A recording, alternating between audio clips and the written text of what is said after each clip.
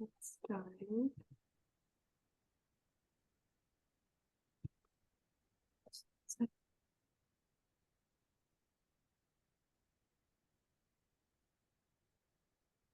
Give a few seconds for everyone to join. Right.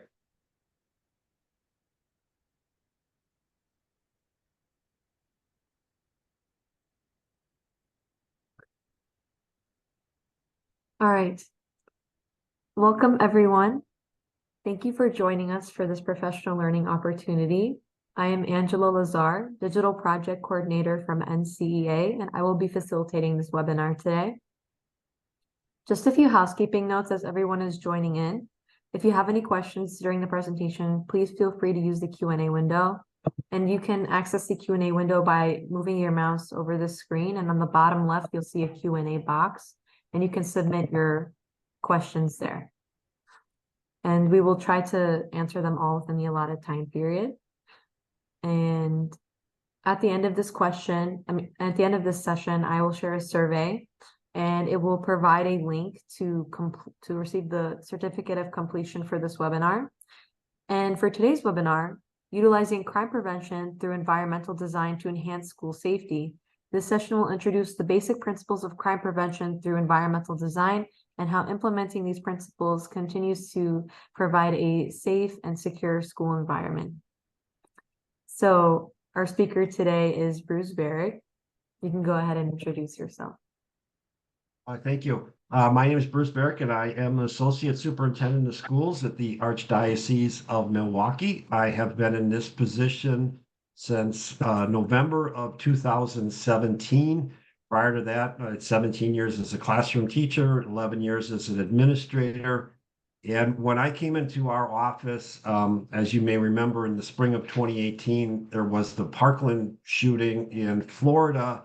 And in the state of Wisconsin, that really triggered a surprisingly strong legislative response to improve school safety across public and private schools.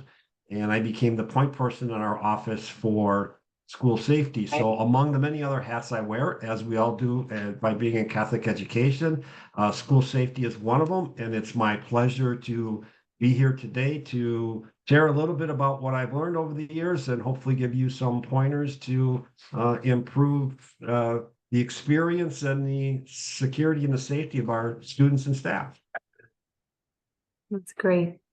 Thank you so much, Bruce. Now, before I officially turn it over to you, let us begin in prayer. In the name of the Father, and the Son, and the Holy Spirit. O Lord, I petition on behalf of our children and the schools they attend. Assign your warring angels to protect them and keep them safe within this school year and more. Help them not doubt or fear, but to be strong in you and in the power of your might. Teach them to exercise confidence in you. Let this school year be one of safety, peace, love, and comfort in Jesus' name. Amen.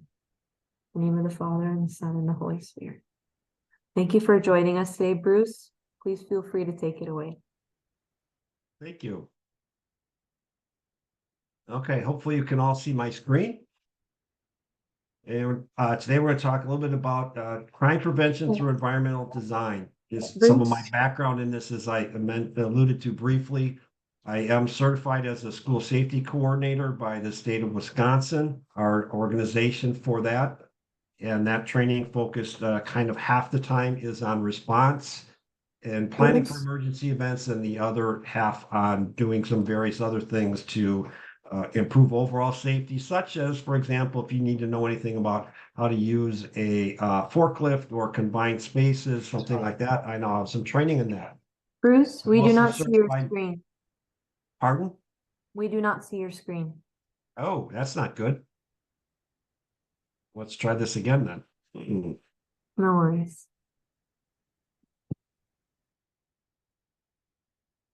How about now?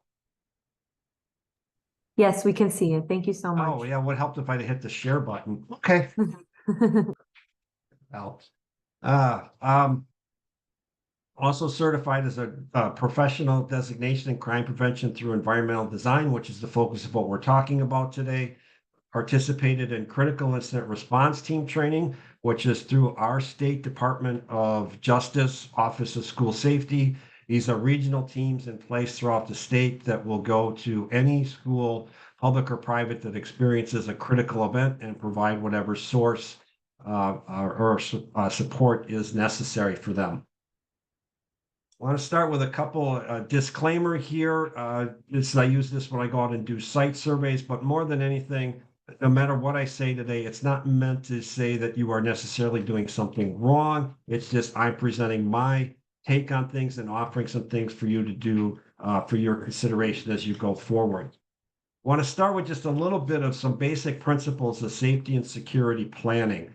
These are in no particular order, but I think they're the most important ones that we want to think about as we approach school safety. First of all, your planning and training will only be effective if it's supported by the senior leadership, whether this is at the diocesan level or the network level, if you have school networks, or the individual school pastor, whatever. It needs to have their support and buy-in, and it also needs to be supported appropriately through the budget. Because we need to adopt, in my opinion, the mindset, not if something bad is going to happen in a Catholic school, but when. Just because we haven't experienced a mass shooting in a Catholic school yet doesn't mean it's not going to happen at some point, and we do need to prepare as if it will happen. As we plan for emergencies and responses, we want to have consistency in our language, protocols, and practices. Ideally, this is done at a diocesan level, so all schools speak the same language. I am a huge proponent of the standard response protocol from the I Love You Guys Foundation. It's very simple language to use. It's not the only way to do things out there, but whatever you choose to do in your diocese and among your schools, please be consistent in your language. And you also want to use language that is consistent and understandable by first responders, our police department, our fire department, emergency medical personnel as well. Planning really requires thinking about the worst possible foreseeable events. So if you start with that idea in mind, how do we deal with an armed intruder inside a building? How do we deal with a significant natural disaster? Depending on where you live in the country, could be earthquake, could be forest fire, it could be tornadoes, whatever. I live in Milwaukee. In Wisconsin, we really won't plan for tsunamis because while we live on a lake, we're not going to get one of those.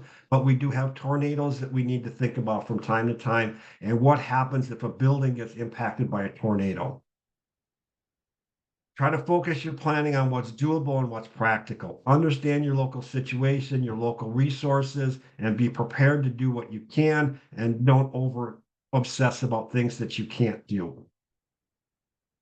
In any plan that you put together, always remember that the greatest weakness to the plan is the human beings. It's wonderful to have a policy in place that mandates that all doors be locked at all times, but yet some person, could be a student, could be an employee, might put that rock in that door just because they're going out to their car to grab something real quick. Someone could slip in. The breakdown was not in the plan, but it was in the execution by the human, because we're all flawed and we all make mistakes. Need to think about training adequately as well at various levels, because in the time of crisis, we're going to revert to our lowest level of training. We're not going to necessarily rise to the expectations of what we think should be done, but we will revert to what we know how to do. And when you train often enough, you get good positive responses. Think about fire drills. I think just about every school across the country needs to do a fire drill once a month. We are very good at that, and we have not lost a student to a fire in decades. And then also keep in mind too, that no plan is an absolute guarantee. Someone who is determined enough to do something bad will find a way to do it. Now let's shift a little bit into what is crime prevention through environmental design. I like this as a nice, simple way to explain kind of what we're doing. We'll look at human space and the activity that takes place within that space, and we want to make it as enjoyable as possible for everyone that uses it. And we also want to make it safer for the user. And one of the ways that we make it safer for users is to make it harder for someone to actually commit a crime or to increase the perception that they're going to get caught if they want to perpetrate a bad act. There are a number of strategies that we integrate into the overall approach. And there is no one approach that should focus only on physical natures. The approach shouldn't be just on people part of it. It shouldn't be about just looking at the environment and not doing anything else. It's about putting everything together and finding the right balance that works at your school. So physical strategies, we definitely want to be using certain physical strategies and barriers to prevent someone from getting into a school space. And we can do it in a way that is pleasing, in a way that is not overwhelming. So fencing is one way to do it. Now, this picture actually is a federal facility across from the central offices of the Archdiocese of Milwaukee. It's the regional FBI center. So that this fencing, the top of this fencing is maybe not the best choice for a school, but you do want, when you're thinking about fencing, you want it to be at least 4 feet high and you want it to be unclimbable. And then if you choose, depending on where you are, you might want to to deter someone from climbing even more by what you choose to put on the top of it. But fencing is a great way to start to establish some physical security perimeter, and also helps to build some territorial reinforcement, which I'll get into in a little while. Also, the use of cameras. I would never say do not use your security cameras, but I hope everyone understands that they have certain limitations. The security camera, in terms of preventing a crime from happening, is only going to be as effective as the person on the other end of the camera that's watching the video monitor. Most schools do not have someone that is doing this full time. And studies have shown that even in situations where cameras rather, are monitored 24/7, the person monitoring the camera can only actively see what's going on for about 15 to 20 minutes, and they start to miss things. But cameras do play a role. They are a deterrent. You should probably post on your site that you are using cameras. It's fine to make the cameras visible so that they can be seen. And then, of course, they can certainly help if you need to go back and figure out what happened. Gates or access points within your fencing are also important. And now, again, this is the FBI headquarters in Milwaukee. We probably don't want something like this in our schools for someone to get in, but you do want to think about having gates around your fencing that are controllable during the school day, particularly if they're around an area where children are playing at recess. And then doors also play a significant role. And what's really important about doors, think about doors as a time barrier, as a way to keep someone from getting into a space. Because when you really think about it, it's going to be very difficult for someone to get into a locked door versus an unlocked door. In the Uvalde school shooting, it took approximately 24 seconds from the time the shooter entered the building to get into a classroom. So what we want to look for in our doors is, first of all, you want doors to have a steel frame around them. It's a little bit harder to break through. A solid core is there. A strong locking mechanism is really, really important. This example, I would not consider this a strong locking mechanism. And it's also really, really important that that door can be locked from the inside, so that when a teacher or even a student here is locked down over the PA, they know they're closing that door and that door is locked. To date, a active school shooter has never breached a locked door to go into a classroom. Now, they have shot through door windows. So you want to be cognizant of your door windows and line of sight on the inside. We know from safe environment concerns, we need to have windows in our doors. I think it's a good idea to have a window shade that you can just pull down over a window if you need to do it, but still have that ability to see in for other considerations. Second type of thing that we want to bring together is organizational security. This is the people that are involved in things. Some schools hire security personnel. We have a couple of our high schools in more of our urban areas that have unarmed security guards that are there during the day to help things. There certainly is a need for security personnel and after school events, but also just your whole faculty and staff and your administrative assistants can play a big role in being aware of the environment and having an idea of who should be there and who shouldn't. And then lastly, there's natural. When I give this talk in Wisconsin, I like to use this picture, and most people have no idea here what they're looking at. This is Cathedral Catholic in San Diego, which I had an opportunity to visit a few years ago. It's a beautiful campus. It's a little hard for me to relate to what it's like to go to a school like that because we don't have this in Wisconsin. But this is like looking at the natural area, and you think this is really cool. I think I would love to send my child there. It's a wonderful environment to be in. But what we need to do is look at this environment in a way to make sure that we can continue to keep students and staff safe. So there are some challenges to our schools that do have more of the outdoor environments, but hopefully you'll pick something up today that will help you with that a little bit. If you come away with nothing else from today, I want you to think about CPTED, which is the acronym for Crime Prevention Through Environmental Design, as seeing the environment differently. This is a street in Las Vegas where I had to take one for the team. I spent about 2 weeks total out there getting my CPTED certification. It was tough, but somebody had to do it. But this is outside of an outlet mall in Las Vegas. It's a beautiful street, nice environment. Prior to going through my training, I would think this is really nice. It's well kept. The bushes are trimmed well. It's a relatively busy street, even though you don't see any cars. What should I have to be concerned about as a pedestrian walking down the street? Well, see the environment differently. What the arrow is pointing to is actually me hiding behind that bush.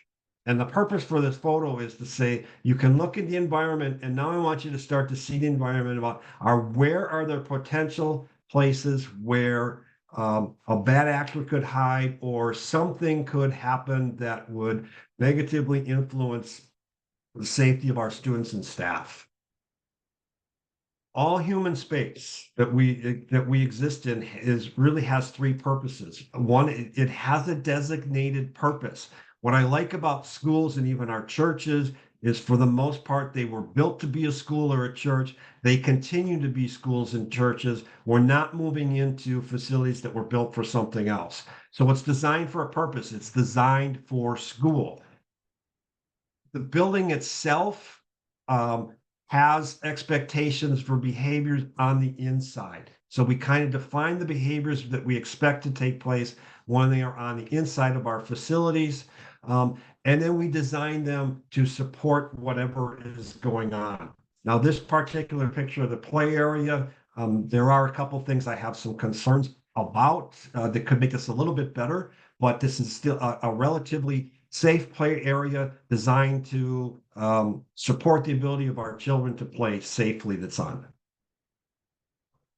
CPTED kind of brings together a number of different things. The four primary parts or components of CPTED are natural access control, natural surveillance, maintenance, and territorial reinforcement. And I'm going to kind of focus on those. And then if I have a little bit of time left, we'll go into some of the other areas.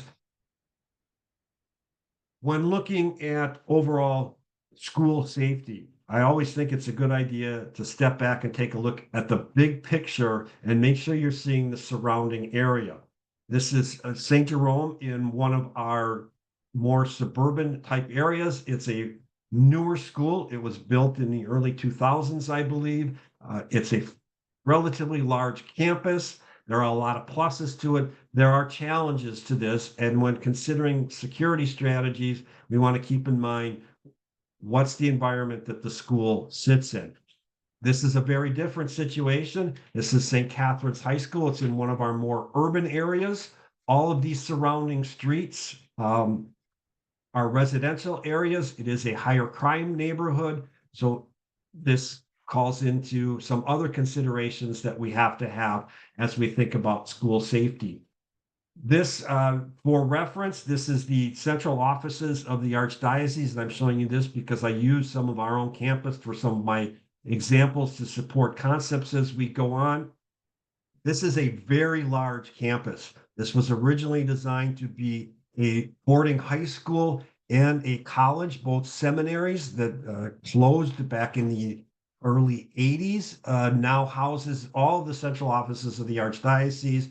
And at one time, it was also a training facility for the Milwaukee Bucks before they built a newer place in downtown Milwaukee. And just over here to the right, this little building here, that's actually that entryway into the FBI headquarters. So they're right across the street from us. There are no really residential homes around. We're surrounded by woods to the back, and we have the lake to the side. Overall, a nice place to go, but again, a different set of circumstances to consider for safety than our urban schools and our suburban schools. So we start with the first primary concept, natural surveillance. Think about eyes. We want to have eyes on the street. We want to have eyes on people approaching our schools. We want to have eyes on our parking lots. We want to be able to see what's coming toward our schools. A lot of this focuses on what's going on with the school office. I'm not sure what your diocese are like or your school is like, but the majority of our schools do not have the school office in the prime location for safety anymore because they were built at a different time. Well, we still want to have opportunities to have natural surveillance, which means I want to look out and be able to see what's going on in the immediate area, whether it be looking for a person approaching for a reason, or maybe somebody perhaps doing a criminal activity. This is from the pastoral center where I work at. This is looking out one of the buildings where my office happens to be located. This is an employee lot. Pretty good surveillance here, in that we can be watching what's happening during that lot during the day. If you look at it from the other side, early morning picture before anybody's there. These are all our offices. And at any given time, somebody might be looking out those windows. And that's where the value of some natural surveillance works both ways. If I'm a criminal and I think that there might be somebody looking out one of these windows, when I go back, I'm going to be less likely to break into one of these cars because I might be seen. I really don't want to be caught if I'm a criminal. At least I don't think you do. If you're a criminal. I'm not a criminal, but I do actually try to think like one once in a while to help with my planning. So we get some good natural surveillance here so that we can see that. Here's another example of where you can have some positive surveillance. This is an office that is near one of our primarily entryways into the pastoral center. If you notice down here in the lower right-hand corner, the orientation of the workstation is such that the person can see the parking lot relatively easy. The desk doesn't have to be facing out the window, but they can see what's going on by being perpendicular to it. Where you would lose that opportunity is if the desk or the workstation were orientated so the person had their back to the window and couldn't see anything. And I believe I have an example of that as well coming up. This is in one of our schools. This is a principal's office. Nice set of windows on both sides. You can see somebody coming here. This is the same view from the outside. What I'm not crazy about is the blinds are drawn. This happened to be during the summertime, not a big issue. There certainly are reasons, like a principal would want some privacy in his or her office, but it's right by, this is the main entrance to the school. You can see people coming and approaching that entrance. This is an example of where you may have some natural surveillance on an interior space. This happens to be the old library in the pastoral center. And it's just, for whatever reason, they chose to put windows in there. But what I like is it's nice because you can see into the space, you can see what's happening. You can also, if you are in the space, you can see what's going on out in the hallway. Think about this in like terms when you go to a store. When you're walking into a store, a lot of times, what do we see in windows? There's sales. What's on sale? You can see nothing that's going on inside the door until you get in those doors. Now, there's pluses and minuses for that. From a safety perspective, you might want to be able to see what you're coming into before you actually enter into that space. This is from my home parish. This is another good example. We have ample window space here to see people coming. This is particularly important in the wintertime in Wisconsin, where we don't necessarily have an usher standing outside the door, but we can see people coming. If there were no windows here, these would not be ideal doors because there's no windows within the door.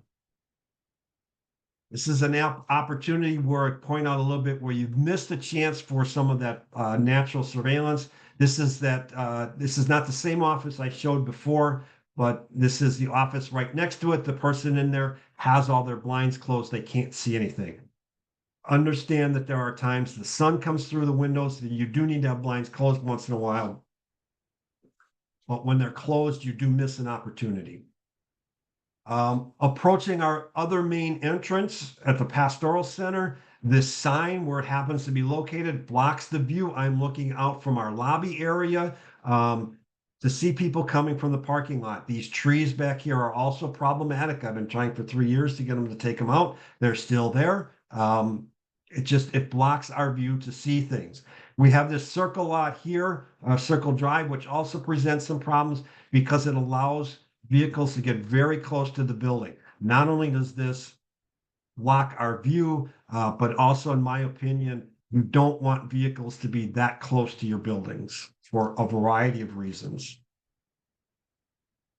Again, my parish and our parish office, these windows are from the original church. They are stained glass, as are the windows on the side of the door. They're beautiful, but from a surveillance perspective, they're not very helpful because you cannot see out them. In this case, the office is augmented by, we have a camera up here to see people approaching. There also is another camera under here, under the overhang. So at least we see who is by the door before they're buzzed in, because the door is locked and controlled with a buzzer. This is in one of our schools. This is actually the principal's office overlooking the main entrance of the building. This happens to be a second floor office. This is a beautiful view. It's wonderful. But in this particular case, the principal had her desk situated such that her back was to the window, so she could never see out for anything that was going on. This also is a primary play area for recess, so a good place to observe student activity at that time. Classroom, I just want to mention here, alluding to what I've already said about blinds. There are times we need to have our shades down for sunlight coming in or whatever. Probably not a great practice to have shades drawn all the time. We want to create that illusion that someone is looking out into the neighborhood at all times. It's not that we want students staring out the window. They do that, of course, teachers as well, but we want to create that perception that at any given time, somebody can be looking from inside the building to outside. Second concept, natural access control. This can be summed up by simply saying we want to design the environment through the use of landscaping, pathways, and signage to get people to where we want them to go. So this is a pretty good example from the Pastoral Center by using the pathways. This is one of our primary entrances. There's a parking lot back here. It's pretty much, it guides you to where you're going to go, or where we want you to go, I should say. This is our other main entrance. This is now that other view. Remember, those are the bushes I don't particularly care for, but from an access control perspective, this is pretty good because once you park, it's pretty clear we want you to walk up this pathway. A couple things where I think we'd have some area for improvement. You have to get almost all the way up before you see this sign that it says welcome, and this is actually the entrance that we want you to go in. Just as a little side note, one of my pet peeves are entrances that are not marked as visitors entrances, so that if I'm coming to the school for the first time, I want to know how to get in the building. Please use signs to guide me as a visitor to where you want me to go. We don't do a good job of that here. This also is the receptionist's office. Her blind happens to be closed in this case, so she can't see anybody coming. It's a fairly long office, so it's not practical for her to be there anyway. but it's a missed opportunity for natural surveillance, even though we've got good natural access control here. This is from one of our schools. This is pretty good access control, how it can look like in a school without the parking lot is pretty much just a basic parking lot, but once you're onto the sidewalk, you've got a pretty good idea of where they want you to go to get in. The main entrance to the school here is marked. If you continue to the left, it does take you into the worship space, and right around the corner is the gym. So it's well marked, and it's good natural access control there. Maintenance is a big issue. Think of something called the broken window theory. I'm sorry, broken window that says if there's a building that has a broken window in it and if that window does not get fixed quickly, that's a sign to others that no one cares about the building and go ahead and break more windows. And we do see that happen from time to time. Graffiti is another example where that takes place. So this is the courtyard at the Pastoral Center. It did not always look this nice and well kept. A couple of years ago, we put some time and effort into improving it. And in the months when there is weather is permitting, there are a number of people will eat their lunch outside. It's a nice positive activity generator for employees and visitors on occasion as well. But it has to continue to be well maintained. Maintenance also needs to be properly funded in a budget. Couple areas in schools that I visited this summer where there are maintenance issues that need to be addressed. Here, obviously, there's some plaster issues there. Ceiling tiles. One thing I would say here is fix the leak in the ceiling, then replace the tiles. Don't replace the tile and you still have a leaky roof. It's not really going to help. Make sure that you have tiles. This is actually looking up. Here's another pet peeve of mine. When you take things down off of the wall, please fill the holes and paint so that it looks nicer. We want facilities to look nice. We want them to look clean because it's going to make the people who work there and learn there feel better about being in their facility. I don't have much to say about this except the purple paint job was obviously not done well in the first place, that it all peeled, but it needs to be fixed. Again, a lentil here, we know there's a leakage issue that should be fixed first. This is actually in one of the bathrooms. Bathrooms shouldn't be a neglected space for maintenance. They still need to be well maintained as they can be, particularly some of our older facilities. This is an exterior electrical box in one of our parking lots where the outer box was not locked. And then on the inside, it was easy for me just to go in and flip this lid up.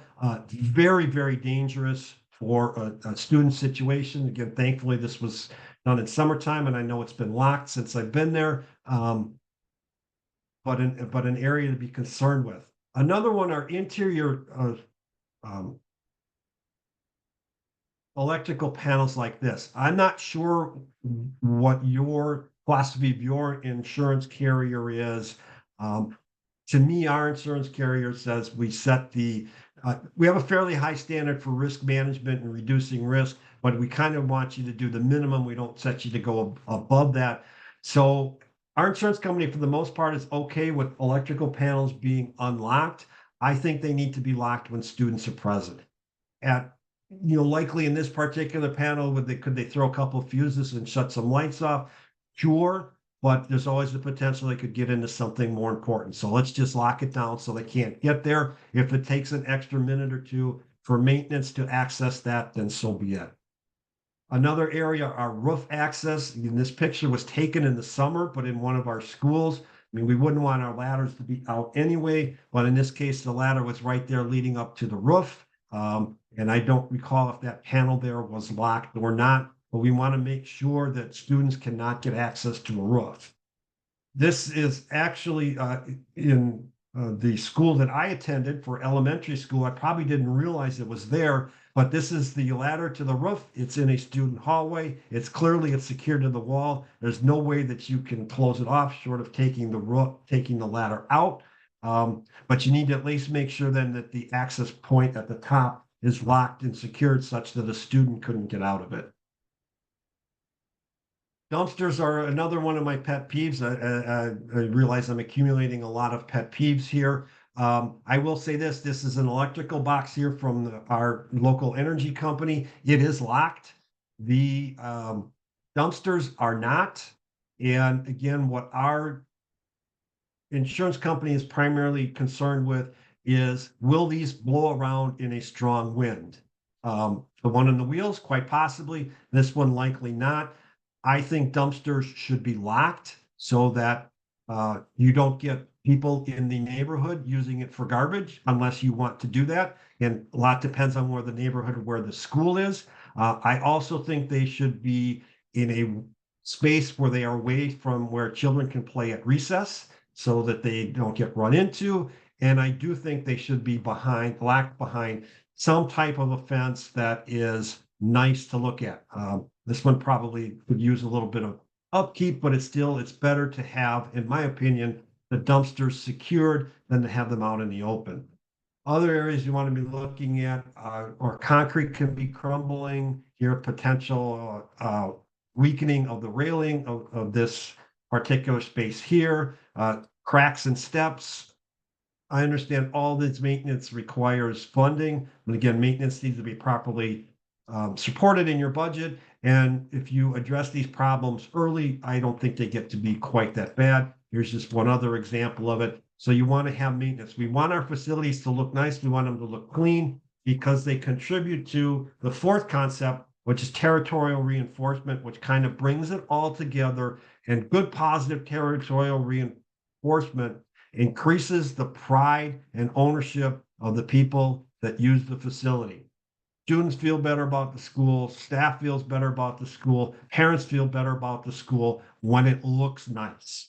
This fencing is outside our seminary here in our Milwaukee. I think it's beautiful. It definitely meets what we're looking for. It's high enough, it's see-through, somebody can't behind it, and it looks nice and it sets off the grounds.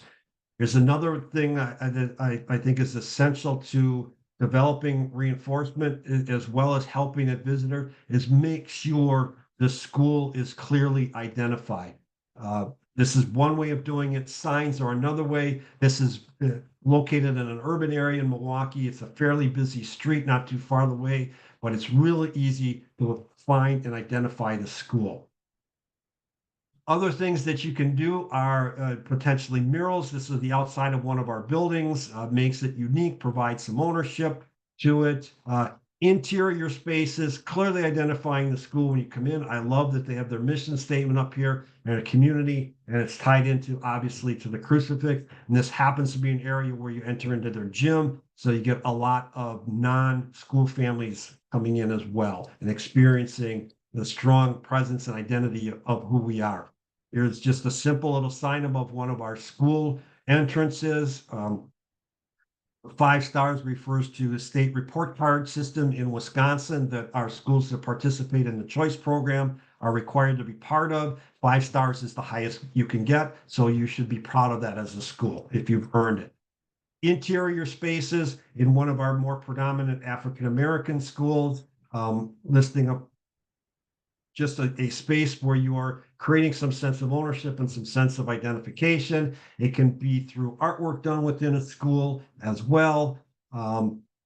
Various other places here, obviously one of our more Hispanic population schools using multiple languages here, but identifying, hey, we're St. Adalbert Eagles. This is our school. We want to be proud of where we're at. There's from another school just providing an opportunity for graduating classes to leave their mark, so to speak, but it increases that sense of ownership and pride in the school. And here's one from the outside, has seen its better days, I think, but it is still nonetheless, it's a strong reinforcement in a primarily urban area that, hey, we are a school, and in this case, we are Prince of Peace. Celebrated entrance. Excuse me. Now I'm going to go into some of the, what I guess I would call some of the sub areas of crime prevention through environmental design. Celebrated entrance to me is about emphasizing the primary entrance to your school, particularly as it relates to how you want visitors, parents, people to come in, especially during excuse me, school hours.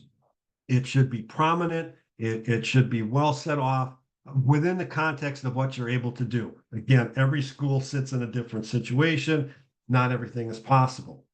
This again is our seminary here in the Archdiocese of Milwaukee. I had showed you the fence line before. This is the gateway to get in.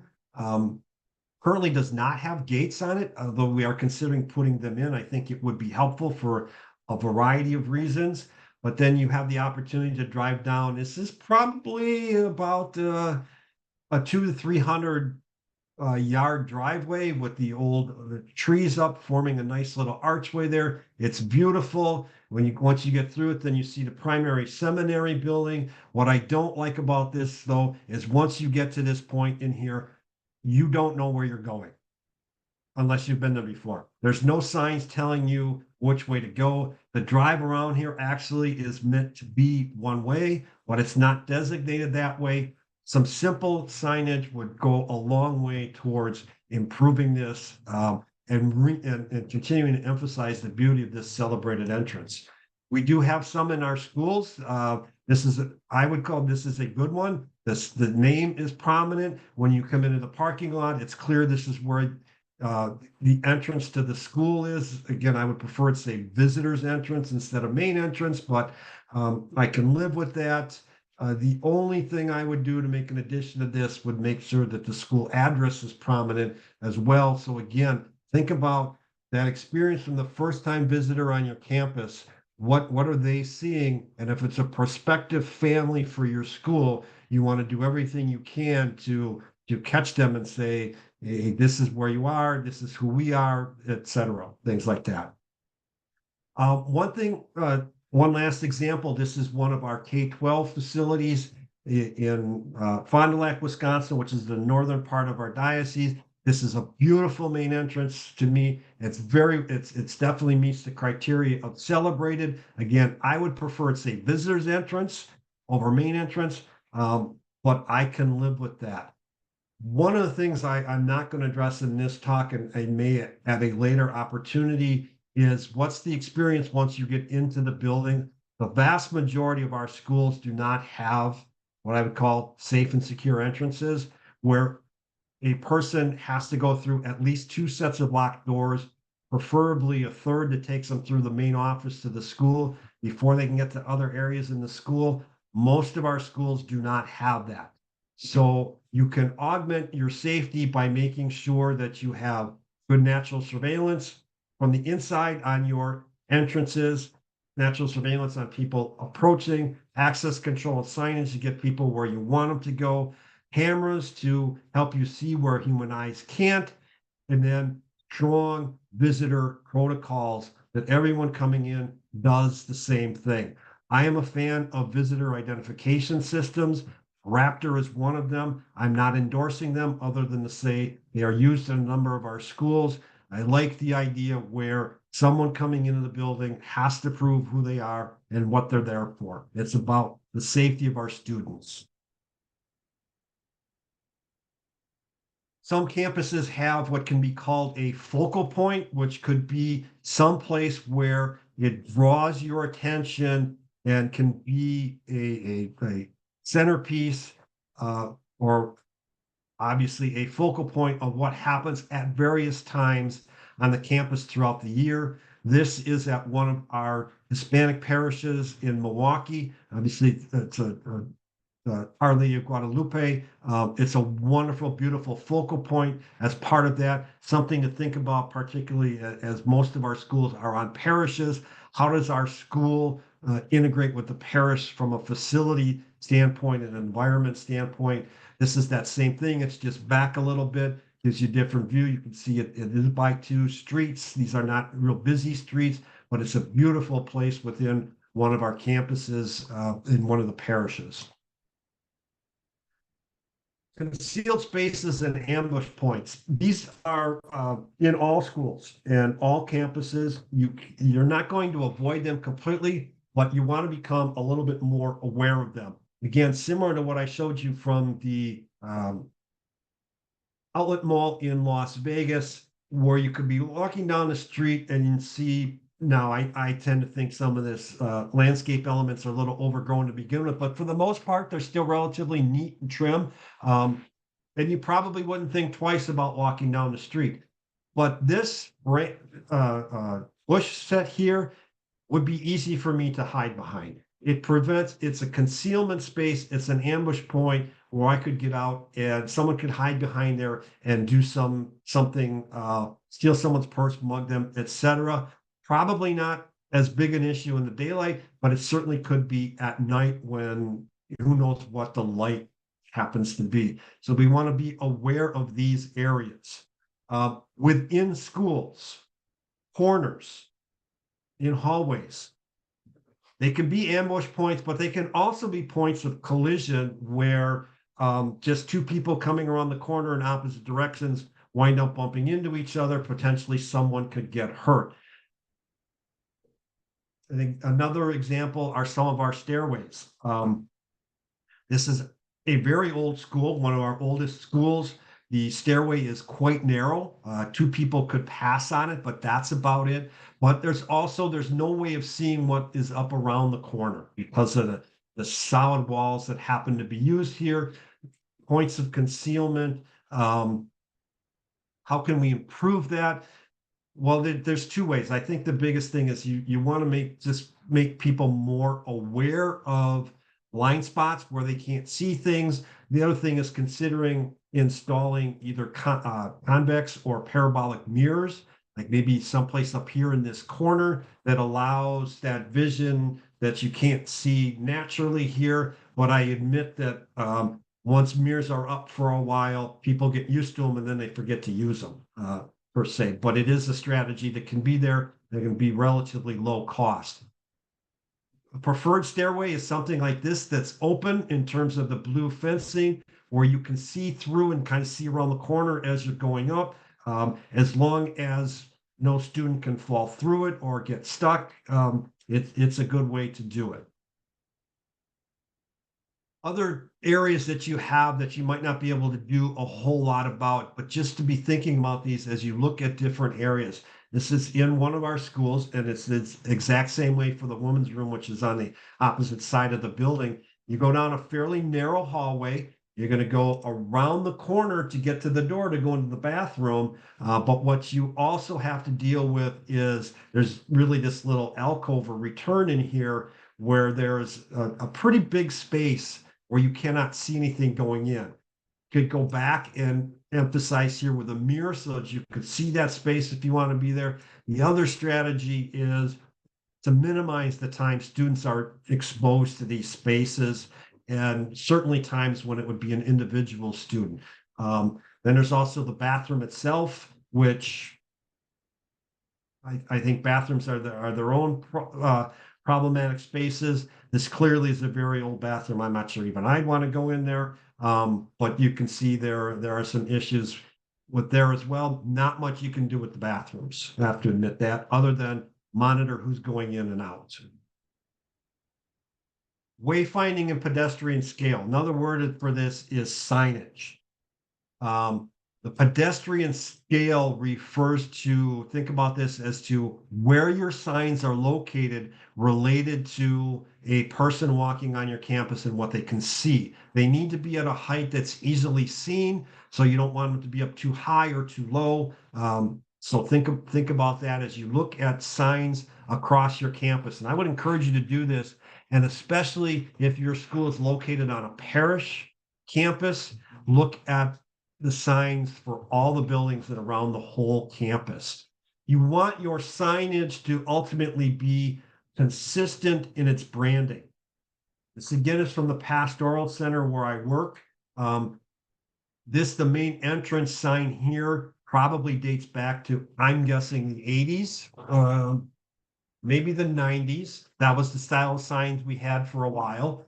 And then we've started a new rebranding effort a couple of years ago that looks a little bit like this. And yes, the sign actually is mounted crooked by the chief operating officer's door. I don't think he did it, but it's there. And then our diaconate program created their own style of sign down here. You really want signage to be consistent across your campus. Now, what I do like about this sign though, is that it sticks out into the hallway so that as you come down the hallway, you can see this as the diaconate formation office. What I would encourage you to do is think about in your schools is using this kind of signage in your hallways for classroom numbers so that someone coming into the school can easily find the classroom. It would help visitors. It would also potentially help first responders.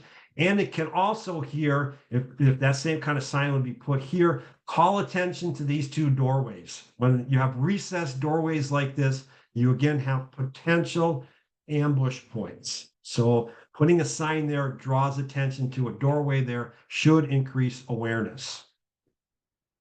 Here's an example of some signage that in one of our schools. What I really like about it is they've carried this theme through all of their signs that are there for both the parish and the school. It's pretty good, giving you directions, controlling speed. Again, I would just maybe have something there that identifies uh, where to park when you're a visitor and where the visitor's entrance is. Here's another one. The interesting thing about this is pointing to parking in the back, yet that's where they close that off when they have recess. So it doesn't really, again, help if you're a visitor. Um, One of our schools, a nice sign could be a little bit bigger, but it does clearly identify where the entrance is. So I like that. Here on that same parish as this last one, so we get a branding example here. Very clear where things are going. I like that, but I wish it matched the school sign better. And again, a little bit more, this is up by one of the doorways, but it does direct you to where you're going. And then when you get inside, there needs to be some signage as well. As I said, very few of our schools have really good, safe and secure entrances. Most of them have the school office away from the main door. And in this case, you actually have to go down the stairs to get to the office. And in this particular school, which is common in a lot of schools, this door, it's actually a double door, is not locked during the school day. There's no way to prevent someone from coming in and going into other parts of the school. That's a conversation for another webinar. Here's a good example of signage in one of our high schools. When you come, as soon as you come in the main entrance, you either have to go up or down, but it gives you directions to where you're trying to go. Definitely helps you when you're there as a first-time visitor. Landscaping. I want to talk just briefly think about landscaping as enhancing the curb appeal of your school and facility. And you want to follow something that is called a 2-foot, 6-foot rule. So the 6-foot refers to the tree canopies where the branches and things are, that you don't want any of these to be closer than 6 feet to the ground. Think of a weeping willow that tends to hang down close to the ground. You don't want that because you want to have good line of sight here, be able to see everything that's there. For bushes, the 2-foot rule refers to shrubs and bushes. Ideally, we don't want these to be higher than 2 feet, especially when they're in spaces where someone could hide behind. If you think about it, 2 feet's not real high. You pretty much would have to lay down to conceal yourself there. And I don't know about you, but if I'm laying down, I'm not getting up very fast. So I don't think I could do anything bad by being in that position. The other thing to want to watch, and I'm not sure I've got a great picture of it, a little bit here, the bushes as they are close to the building. Want to make sure that they don't get too high either. I mean, you can go a little bit higher than 2 feet. And I think some of this is to kind of disguise the air conditioners that are here a little bit. But these bushes can provide concealment for someone off school hours who might be trying to break in from some of the windows. Most of our schools have first floor or basement windows that are accessible from ground level. Ground cover, the bushes and shrubs makes it easier for someone to hide in there. This is a good example of landscaping in one of our more urban school areas. It's actually the church. Really looks nice, helps the curb appeal. Everything is at a good height that's not creating any safety issues from there. This is an example of what it can look like when it gets overgrown. I prefer to refer to it as mature landscape elements more than anything, but they're blocking view. There's a couple windows behind there. There's space behind there. All in all, this is problematic from a safety perspective. And moving on to lighting, just a couple things to go here. We're almost to the end. Lighting in and of itself is an art form and requires a certain degree of expertise to assess, but you do want to look at campuses at night and think about, are you lighting up problematic areas, but are you also using lighting in a way that doesn't create other areas? For example, you light one area, but you create a shadow in another spot that creates some problems.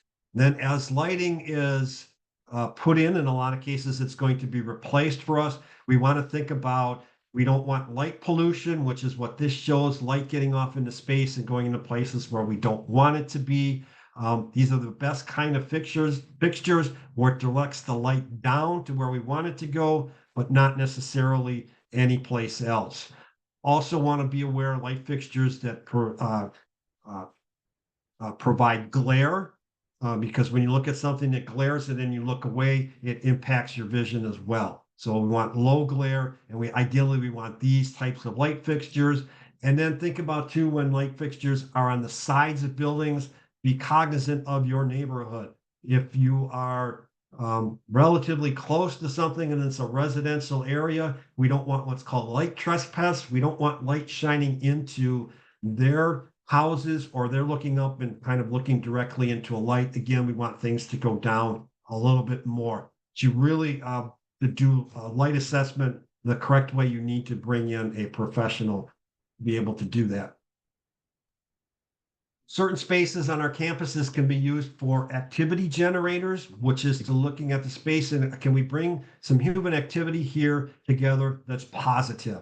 This is from one of our urban schools on the north side of Milwaukee, parishes, that they clearly are using these picnic tables for some gathering spaces and events on Sundays. In this case, for us, it's a temporary thing because when wintertime comes, they won't be out there, but it's an opportunity to use the space for something positive to build community. There's another example. It's a fairly small space, but it's there. It's right outside the church. It's right outside the school here to the left. Another opportunity to bring positive activities to communities.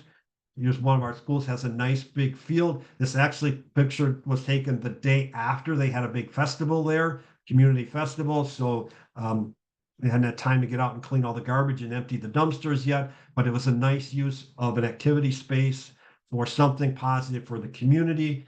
Here's another one of our South Side schools. Again, it's in a high crime residential neighborhood. They have this beautiful, they call it plaza space on the inside of their campus that they use for community events. And realistically, it's all fenced off. So it's nice. This is really nice fencing that they have out there as well. Gates here are controlled, motor controlled. You can only go one way through their parking lot. They really do a good job of territorial reinforcement and traffic control and all that kind of stuff with this particular campus layout. All right, I'm going to stop here and see if there are any questions. I know that's a lot. I barely had time to catch my breath, but does anyone have any questions? I do not see any chat. That's okay. They might have questions later. That happens. They might, or they could be numb to all the information I gave them, or I did such a good job they got it all mastered. It's probably somewhere in between. When this gets posted, will it have my contact information on it? It will not necessarily have it on it. It will be in the recording, but I can include it in an email we send out to all the participants and the people who've missed the webinar. So if you would like to let them know your email and your contact information. Yeah, that would be great. And if anybody has any questions or anything, please just reach out to me. I like talking about this. It beats dealing parent problems and other issues that come up. But so yeah, if anybody needs anything, please just reach out and let me know. What is your email so they can reach out to you? It's my last name and first initial. So it is V as in Victor, ARICK, B as in boy, at ARCHMIL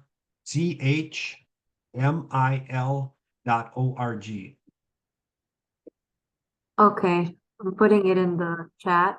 I just included, It's Arch, ARCH, not TH. oh, okay. Like this? That's it. Okay. I have just included the survey and you can complete that to receive the certificate of attendance. Please include your email address and your name at the end of the survey. And I just want to say thank you before we close off. So thank you so much for attending NCEA's webinar today. We continuously strive to improve the quality of our services based on feedback. So we will use any input that you provide for us to inform our future work and services. The survey should take no more than 5 minutes to complete. And once you complete it, please check your spam. Sometimes it may be sent there if you do not receive it in a few minutes.